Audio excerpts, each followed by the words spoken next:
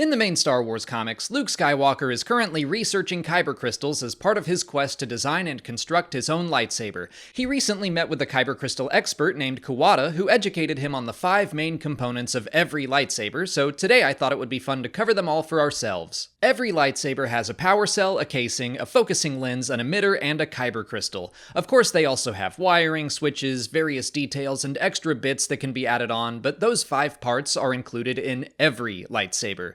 Power cells weren't anything special or unique. They were used in all kinds of technology throughout the Star Wars galaxy, like droids, ships, and blasters. They could go bad and lose power over time. We've never seen a Jedi replacing power cells in their lightsaber, as far as I can remember, but in Star Wars Rebels, Ezra did mention needing some fresh power cells for his lightsaber. Technically, that was a ruse to trick Hera, but it didn't sound abnormal. Rebels also showed us an ancient crossguard lightsaber that turned on for a bit and then fizzled out, as if it ran out of power.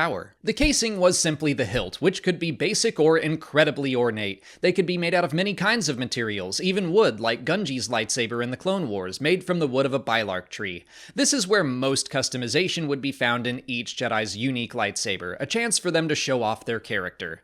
The focusing lens was found just beneath the emitter of a lightsaber. It was responsible for controlling the weapon's beam. Most importantly, it gave the laser sword a termination point instead of letting it go on forever. Some Jedi included dials or switches that would allow the focusing lens to be adjusted, therefore changing the length or power of the blade. Or in the High Republic, we saw Vernestra Rwoh have the ability to change her lightsaber into a light whip, which I would imagine would be thanks to the focusing lens. The emitter was simply the part of the lightsaber where the blade itself was created and emitted. It had several components in and of itself, like the emitter shroud or the emitter matrix. I'm sure this is true of many components, but incorrect installation of the matrix could be fatal. In the Clone Wars, Professor Huyang warns the younglings that inverting the emitter matrix would cause a lightsaber to backfire and explode. And finally, we come to the kyber crystal, the most important part of the lightsaber. Dr. Kuwata describes it as the key, focusing not just the energy from the power cell, but also the Force itself. He teaches Luke of the connection that can be made between a Jedi and a crystal they specifically make a bond with.